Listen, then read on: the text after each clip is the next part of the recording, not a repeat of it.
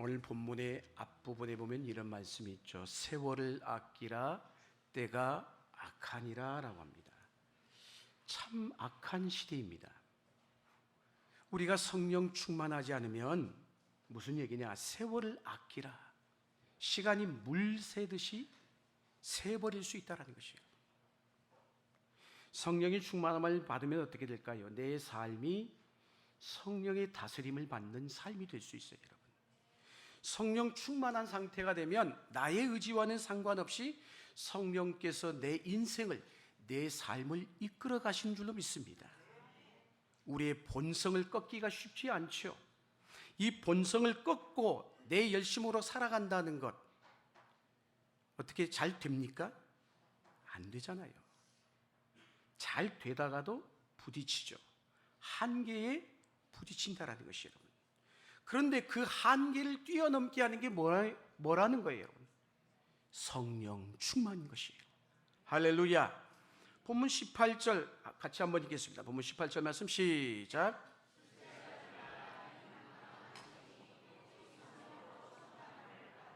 아멘. 술 취하지 말라. 이는 방탕한 것이니 오직 성령으로 충만함을 받으라. 오늘 본문의 핵심 구절이에요, 여러분. 우리는 일평생 이 말씀을 붙들고 살아야 합니다. 삶은요, 두 종류예요.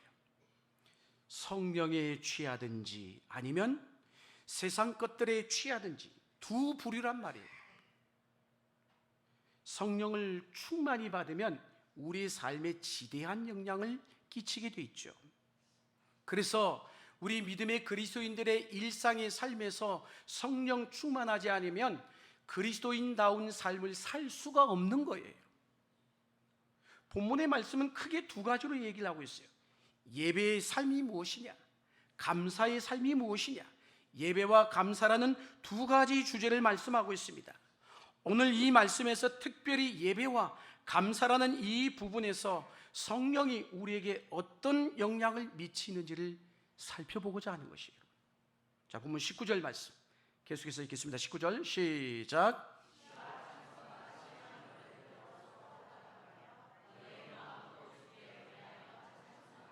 아멘. 시, 찬송, 신령한 노래, 얼핏 들으면 비슷비슷한 것 같아요. 그래 각각 차이는 있는 것 같죠. 정확히 구분짓기는 어려워요. 그러나 공통점은 뭘까요? 시도 그렇고 말씀의 찬송도 그렇고 신령한 노래도 그렇습니다. 공통점이 있다면 뭐예요? 마음을 담아서 하나님을 높여드리는 뭐예요? 찬양들이라는 것이에요. 시도도 찬양하잖아요. 찬양이 뭐예요? 신령한 노래잖아요, 여러분.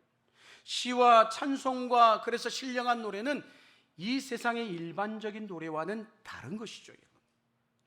초점이 누구에게 맞춰져 있는 거예요? 온전히 하나님을 향해 있다라는 것이에요. 즉 성령으로 충만하면 그 마음이 하나님을 향해 자연스럽게 그 마음이 향할 수밖에 없는 거예요. 여러분, 여러분의 마음이 지금 어디를 향해 계신지요? 자연스럽게 지금 여러분의 마음이 하나님께 집중하고 있다면 성령 충만한 상태인 것이에요. 할렐루야. 예배 가운데 우리의 영혼을 하나님께로 집중케 하는 게 굉장히 중요한 것이에요. 예배에 있어서 전 여러분들이 오늘 예배 가운데 온전히 하나님께 집중할 수 있기를 축복합니다. 찬양할 때 마찬가지예요. 우리의 영혼이 찬양의 최상의 상태에 이르게 되는 것, 그건 내 힘으로 되는 게 아니죠. 성령의 능력으로 되는 것이에요. 그래서 골로새서 같은 비슷한 본문을 기록하고 있는 3장 16절에 이렇게 말씀합니다. 같이 한번 읽겠습니다. 시작.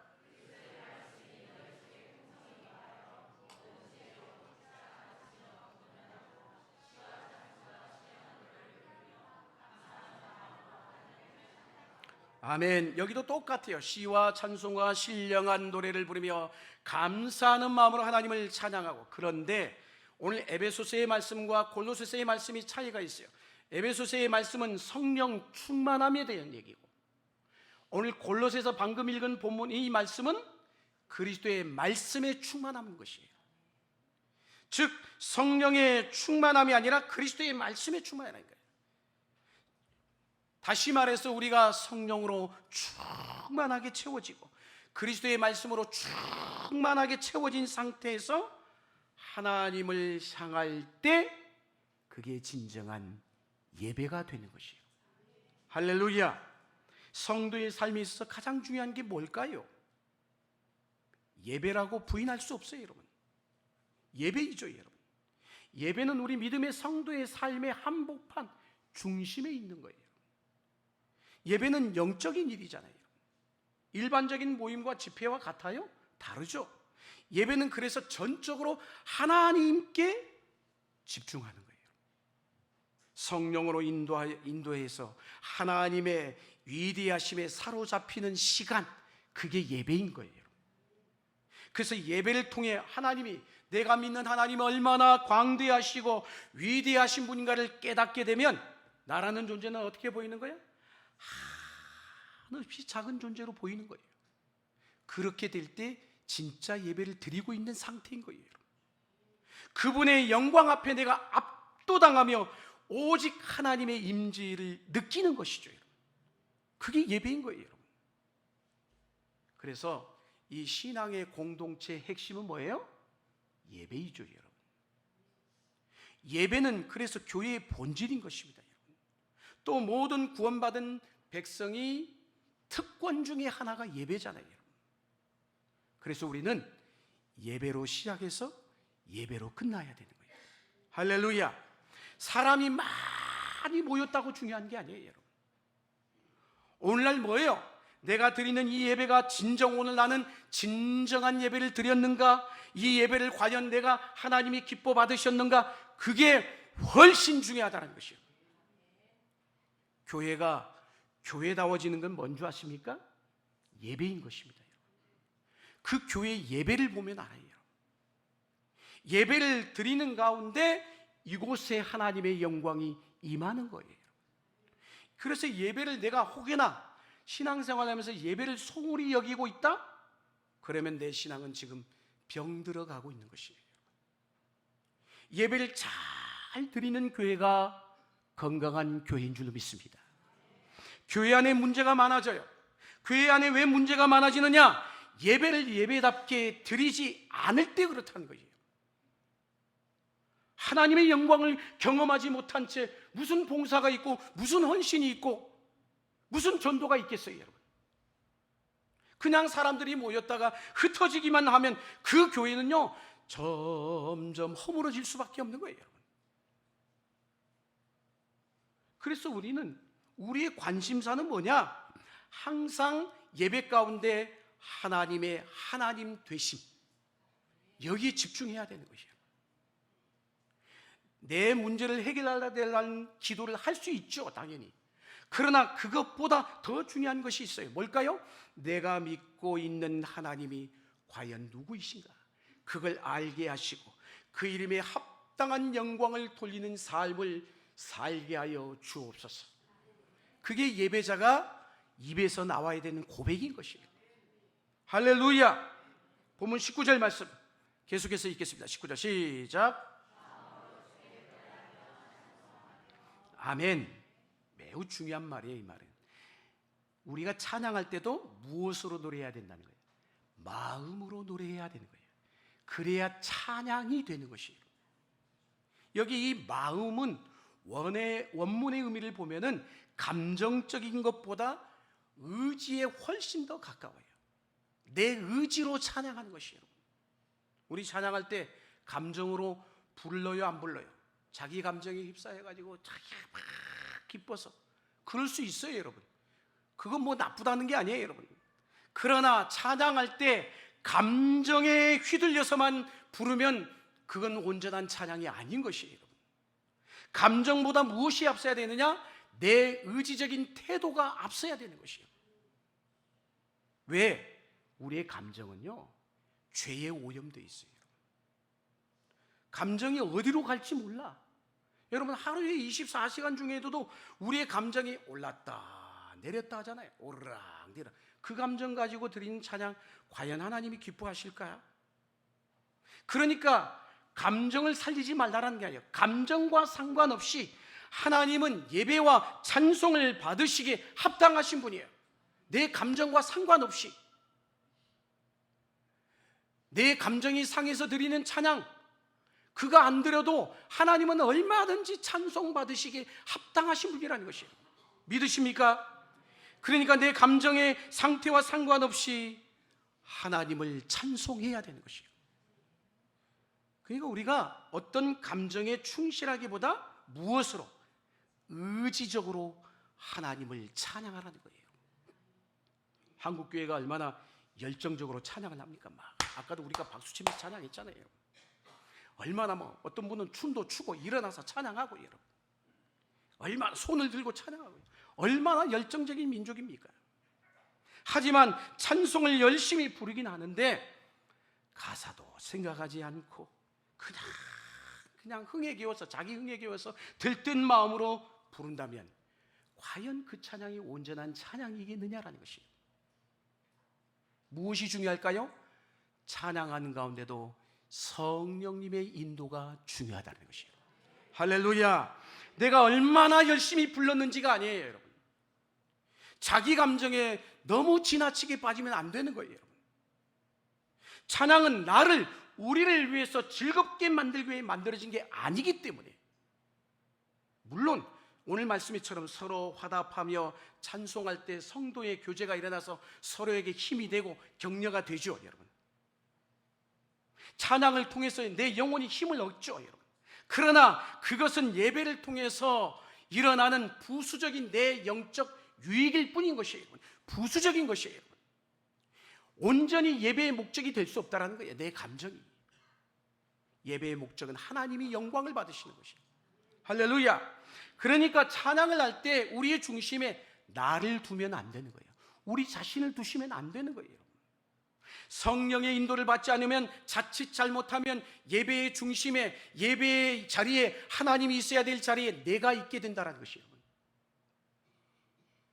그러니까 선곡할 때도 내가 좋아하는 찬양이 아니라 어떤 찬양, 하나님이 받으실 찬양이 과연 어떤 것일까 고민하면서 고려해야 되는 것이에요. 하나님이 누구이신지를 계속 묵상하고 하나님께 관심을 가져야 한다는 거예요. 우리는 주보의 순서대로, 여러분, 주보의 순서대로 예배 드리는 것에 매우 익숙해 있잖아요. 그러다가 사회자가, 인도자가 순서 하나라도 빠뜨려봐요. 틀렸어요. 난리 날걸요. 예배를 계획하고 순서를 짜는 것도 중요하지만 더 중요한 게 뭐예요? 예배 가운데 성령님의 인도하심을 받는 거예요. 하나님이 무엇을 기뻐하는지를 알게 되죠. 성령의 인도함을 받으면.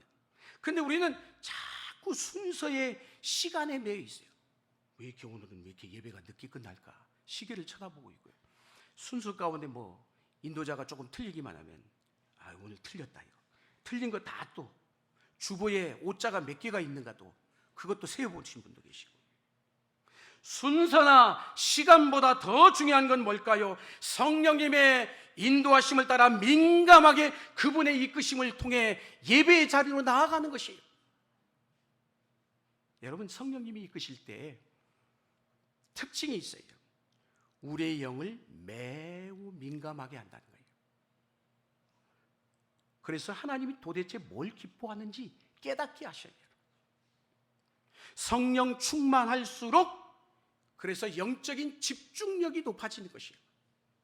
우리가 예배 드리는 가운데 내 영 안에서 무슨 일이 일어나고 있는지, 내 속에서 어떤 변화가 일어나는지 성령께서 가르쳐 주신다는 것이에요. 할렐루야.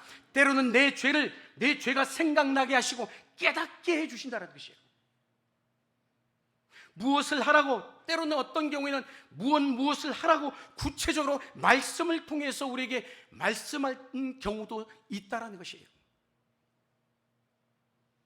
예배할 때 좋은 일만 일어나는 게 아니에요. 때로는요, 영적인 예배 가운데도 영적인 전쟁이 일어나요. 아십니까? 왜? 마귀도요, 사탄이란 존재도 이 성도들이 드리는 예배가 얼마나 중요한지를 잘 알기 때문에 이 예배 중에도 공격하는 거예요, 여러분. 예배를 방해하는 거예요, 여러분. 마귀는 무엇보다도 우리가 드리는 예배를 방해합니다. 우리의 영혼을 자꾸 흐트러뜨리게 만들고요, 예배 분위기를 망쳐버립니다. 오늘은 어쩐지 휴대폰 소리가 안 들리네요. 매번 들리던 이 소리가 안 들려요. 이렇게 망친단 말이에요. 주의 분위기를 산만하게 만드는 일들이 일어나는 것이에요. 그래서 우리는 예배를 드리러 오기 전에도 내 마음이 분산되었는지 안 되었는지를 살펴봐야 돼요. 혹여나 다른 것에 시선을 빼앗기지 않았는지, 우리가 하나님 앞에 집중하지 못하도록 이렇게 다양한 공격을 하는 것이에요. 성도는 예배에 살고 예배에 죽습니다. 그렇기 때문에 마귀는 우리로 하여금 자꾸 온전한 예배로 나아가지 못하도록 합니다. 찬양이라는 건 예배에 있어서 굉장히 중요한 요소잖아요. 내 안에 계신 성령이 찬양을 부르게 하는 거예요. 찬양 안 부르시는 분 보세요. 성령하고 상관없이 있는 거예요. 성령이 내 안에 내주하시기 때문에 내 입술에서 찬양이 터져 나오게 하는 거예요. 할렐루야. 찬양할 때 비로소 내 영혼이 회복이 되고 변화가 일어나고 부흥이 일어나는 것이에요. 여러분, 교회의 역사를 들여다봐도 찬양할 때 예배의 부흥이 일어났어요. 성령으로 충만할 때 찬양이 흘러 넘치잖아요, 여러분. 그분을 높여드리는 일보다 아름다운 일이 어디 있겠습니까? 우리가 언제 가장 온전해진 줄 아십니까? 마음과 뜻과 정성을 다해 하나님을 예배할 때인 것이에요. 그럴 온전한 예배가 드려지면요, 내 삶의 모든 무질서했던 것들이 하나씩 하나씩 질서를 찾게 되고요, 우리의 삶에 흐트러졌던 것, 흐려졌던 것, 초점이 맞춰지는 은혜를 경험하게 돼 있어요. 그리고 우리가 어떻게 예배를 드리고 있는지를 스스로, 그래서 우리는 날마다 점검해 봐야 돼요. 나는 과연 예배를 어떻게 드리고 있는가? 정기 점검이 필요하다는 것이에요. 기계도 정기 점검이 있어야 되잖아요. 자칫 잘못하면 왜 형식적인 예배를 드리기가 쉽상이에요. 예배가 허물어졌습니까? 그렇다면 내 신앙은 지금 이미 깨어져 가고 있는 것이에요. 예배의 자리가 허물어지면 그때부터 내 삶의 초점이 자꾸 엇나가기 시작하는 거예요. 가장 무서운 게 뭐냐? 오늘도 주일이구나. 거기 예배에 나가야지. 앉았다가 그냥 시간 때우다가 가는 기계식, 습관화된 예배가 가장 무서운 거예요. 왜? 마음이 없는 예배니까. 하나님은 중심을 보시는 분이에요. 우리의 마음을 받으시는 분이라니까. 영혼이 빠져버린 예배, 찬송을 해도 영혼이 없어요. 기도를 해도 중언부언을 해요. 그런 예배 무슨 의미가 있겠습니까? 형식적인 예배를 과연 하나님이 받으시겠어요? 받으실 리가 만무하죠. 하나님을 하나님으로 인정하고 예배가 예배될 때 우리의 자아는 죽는 것이에요. 예배가 예배되지 않을 때, 그런데 거꾸로 우리는 그 예배 자리에 내가 올라가는 것이에요. 그게 우상숭배이고 자아숭배인 것이에요. 자아숭배가 지나치게 자기에게 몰두하는 거잖아요. 우리 이름으로 자기를 섬기는 것이죠. 여러분, 이 현대 문화는 자꾸 자기 애를 부추깁니다. 정신적인 병이 들기에 딱 맞는 문화적 환경인 것이죠. 왜? 조그만 자존심 상해도 못 감당해, 요새는. 그렇잖아요, 여러분. 너무 자기애가 많으니까. 그러니까 조금만 해도 상처인 거예요. 모든 문화가 그렇습니다, 여러분. 그런데 해결하는 길이 있어요. 예배밖에 없다라는 거예요. 나라는 존재의 예배가 뭐예요? 십자가의 못을 박는 거예요. 자기 부인이 있어야 되는 거예요. 하나님을 하나님으로 인정하고 높여드리는 일보다 더 중요한 일이 어디 있겠습니까? 우리의 예배를 점검해 보셔야 됩니다. 영혼이 없는 예배, 형식적인 예배, 기계적인 예배, 무료한 예배, 따분한 예배, 흥미가 없는 예배, 혹여나 의식적인 예배를 드리고 있지 않는지 날마다 성찰해 보셔야 된다는 것이에요. 예배 드리는 그곳에 나의 마음이 없다면 그건 예배겠어요? 예배가 아닌 것이죠, 여러분. 예배를 드릴 때 그래서 우리는 우리의 마음에 무엇이 있어야 되느냐? 간절함과 사모함이 있어야 되는 것입니다. 은혜로운 예배를 위해서 일주일 동안 이 예배를 위한 지도가 있어야 되는 것이에요. 그런데 정신없이 살다가 정신없이 아침에 일어나서 오잖아요, 여러분. 예배가 과연 온전한 예배가 될 수 있겠냐는 것이죠. 모든 성도들이 주일 예배를 통하여 하나님께 찬양하고 서로 화답할 때 그곳에 주님의 영광이 임하고 영적인 절정을 맛보는 시간이 되는 거예요. 여러분, 구약의 다윗이 밧세바를 범한 범죄 이후에 그에게 일어난 가장 큰 문제가 뭔지 아세요? 그의 삶에 예배가 사라져버린 것이에요. 목사님, 그건 무슨 얘기일까? 할 수 있겠죠. 그는 밧세바 사건 이후에도 물론 예배를 드렸어요. 안 드렸다는 얘기가 아니에요. 예배를 드렸지만 하나님은 그 다윗의 예배를 어떻게? 받지 않으셨어요. 이게 중요한 거예요. 시편 51편 11절 말씀 한번 읽겠습니다. 시작. 아멘. 시편 51편은 밧세바 범죄 이후에 하나님 앞에 통회하며 자복한 참회의 시예요. 그 참회의 시 가운데서 다윗이 뭐라고 얘기하고 있어요? 주의 성령을 내게서 거두지 마소서. 이 말은 뭘까요? 성령이 없는 건 예배는 예배가 아닌 거예요. 그러니까 하나님 앞에 예배를 드렸는데도 범죄함으로 말미암아 하나님이 그 안에 성령이 없기 때문에 성령이 없는 예배, 하나님이 받지 않으신 거예요, 여러분. 다윗은 그 범죄로 인하여 마치 자기에게서 성령이 사라진 듯한 느낌을 가진 거예요.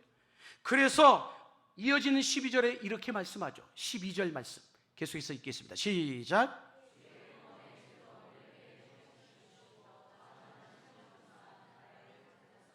아멘. 주의 구원의 즐거움을 내게 회복시켜 주시고. 무슨 얘기일까요? 반대로 구원의 기쁨이 어떻게 되다요? 즐거움이 사라져버렸다는 얘기인 것이에요. 그러니까 그 구원의 즐거움을 내게서 회복시켜달라고 기도하고 있는 거예요, 여러분. 사랑하는 여러분, 구원의 즐거움이 사라져버린 그 영혼이 하나님 앞에 온전한 예배를 드릴 수 있겠어요? 없죠. 첫사랑을 잃어버렸어요. 무기력한 종교인으로 남아있어요. 사랑하는 성도 여러분, 예배는요 하나님과의 사랑의 마주침인 것이에요. 그분과 내 눈을 마주치는 거예요. 그분과 그분의 시선과 눈과 눈이 마주치는 거예요. 그게 예배인 것이에요, 여러분.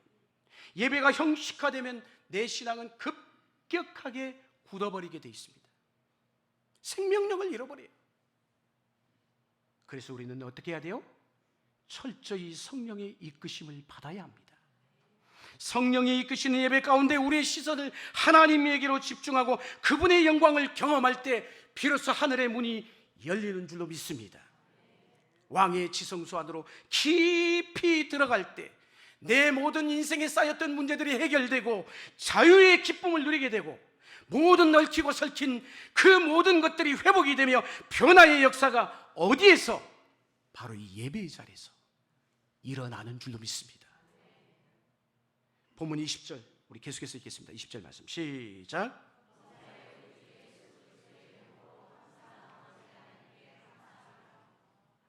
아멘. 우리 따라 한번 하겠습니다. 감사는 곧 예배입니다. 감사 니콜 예배예요. 무슨 얘기일까? 감사가 빠진 예배는 불가능하다는 거예요. 오늘 예배를 드리며 하나님 앞에 감사하고 계신지요? 예배다운 예배를 드리면요 자연스럽게 뭐가 따라 나와요? 감사가 따라 나오게끔 돼 있어요. 시편 100편 4절에 얘기하죠, 여러분. 우리가 잘 아는 유명한 말씀이에요. 한번 읽을까요? 시작. 감사함으로 그의 문에 들어가며 찬송함으로 그의 궁정에 들어가서 그에게 감사하며 그의 이름을 송축할지어다. 아멘. 하나님의 궁정에, 예배의 자리에, 하나님의 보좌 앞에는 무엇으로 들어가는 거예요? 감사함으로 가는 거예요. 할렐루야. 감사도 결국은 우리가 할 수 있는 걸까요? 우리가 할 수 있는 게 아니에요. 성령님 안에서 가능한 것이에요. 왜? 우리는 본성적으로 감사가 잘 안 돼요. 감사합니다, 이게 잘 안 돼요. 감사보다 뭐가 많아요? 원망이 나오고 불평이 터져 나오는 것이에요. 왜 그런 걸까요? 우리는 여전히 죄성으로 가득한 존재이기 때문에 그런 것이에요. 그래서 로마서 1장 21절에 사도 바울이 뭐라고 얘기합니까? 이렇게 말씀하죠. 읽겠습니다. 시작. 하나님을 알되 하나님을 영화롭게도 아니하며 감사하지도 아니하고 오히려 그 생각이 허망하여지며 미련한 마음이 어두워졌다라고 했어요. 그뿐만이 아니에요. 디모데후서 3장 2절에도 계속해서 바울은 이렇게 말씀합니다. 읽겠습니다. 사람들이 자기를 사랑하며 돈을 사랑하며 자랑하며 교만하며 비방하며 부모를 거역하며 감사하지 아니하며 거룩하지 아니하며. 아멘. 말세의 특징 중에 하나가 뭐라는 거예요? 감사하지 않는다라는 거예요. 사람들은 원망하면서도 불평하면서도 그걸 즐겨요. 원망과 불평은 우리의 옛사람의 옷이에요. 벗고 싶어도 벗을 수가 없어. 본성이 그러니까. 그래서 사도 바울은 성령 충만해야 본성을 거스르고 감사할 수 있다라고 말씀하고 있는 것이에요. 그러니까 뭐예요? 우리가 할 수 있는 게 아니란 말이에요. 여러분, 감사에 있어서 중요한 게 뭘까요? 감사의 대상이에요. 우리의 감사는 1차적으로 누구에게 향해 있어요? 하나님에게 향해 있단 말이에요. 성령 충만은 그래서 하나님과의 바른 관계를 맺게 합니다. 하나님과의 바른 관계에 있을 때 우리가 원망이 아니고 불평이 아니고 뭐가? 감사가 터져 나오게 된 줄로 믿습니다. 하나님과의 관계가 바르지 못하니까 늘 원망이 나오고 불평이 나오는 거예요. 하나님과의 바른 관계에 놓여 있는 사람은 어떤 상황과 어떤 형편 속에서도 그 형편과 그 상황과 환경에 반응하지 않는다는 것이에요. 우리의 감사는 하나님에게 초점을 맞추는 것입니다. 어려움이 왔음에도 우리가 감사할 수 있는 이유는 뭘까요? 지금 현재 내가 믿음의 눈으로 하나님 앞에 집중하고 있기 때문인 것이에요. 할렐루야. 감사의 영, 불평의 영이 있어요. 나에게 근데 불평의 영이 있으면 그 영이 나를 사로잡는다는 거예요. 머리끝에서부터 발끝까지 내 삶을 그게 지배해버려요. 그러나 내가 감사의 영이 붙들려 있으면 불평이 사라지는 줄로 믿습니다. 그냥 감사가 나오는 것이에요. 절망적인 상황에도 감사할 것을 찾게 되어 있다는 것이에요.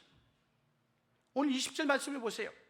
두 가지 단어에 집중해야 돼요. 범사라는 단어, 그 다음 어떤 단어? 항상이라는 단어가 나와요. 범사라는 말은 뭘까요? 사건과 상황에 대한 반응이 아니라는 것이에요. 범사는 하나님의 초월성을 이야기하는 것이에요. 사건과 상황을 뛰어넘는다는 말인 거예요. 범사라는 말은 하나님은 시간을 넘어서 역사하신 분이십니다. 그래서 우리는 어떤 사건이 일어나면 어때요? 자꾸 그 사건만 들여다보기 때문에 감사가 잘 안 돼요. 그러나 하나님은 시간을 초월해 계신 분이기 때문에 그 일이 앞으로 어떻게 전개될지를 누구보다도 잘 알고 계시거든요.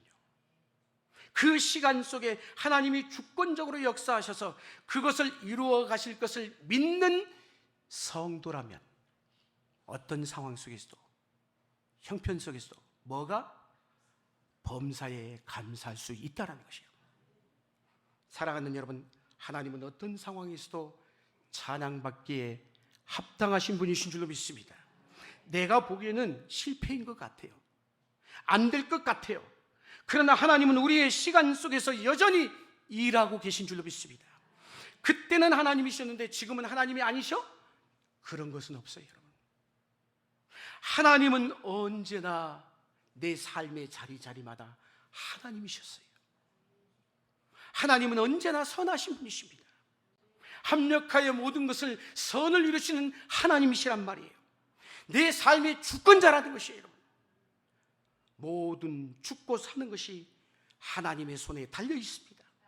성령 충만은 그래서 내 삶의 시간에 대한 우리의 바라보는 시선, 관점을 바꿔놓는 거예요. 성령 충만은 우리의 사건과 상황에 대한 관점마저도 변화시키는 것이에요. 이것이 끝이 아니라 하나님의 손길이 있다는 것이죠. 그분은 여전히 선하시다는 거예요. 살아계시다라는 것이에요. 여전히 우리와 함께 하시는 하나님의 주심을 믿는 거예요. 사랑하는 성도 여러분, 신앙생활은 예배생활입니다.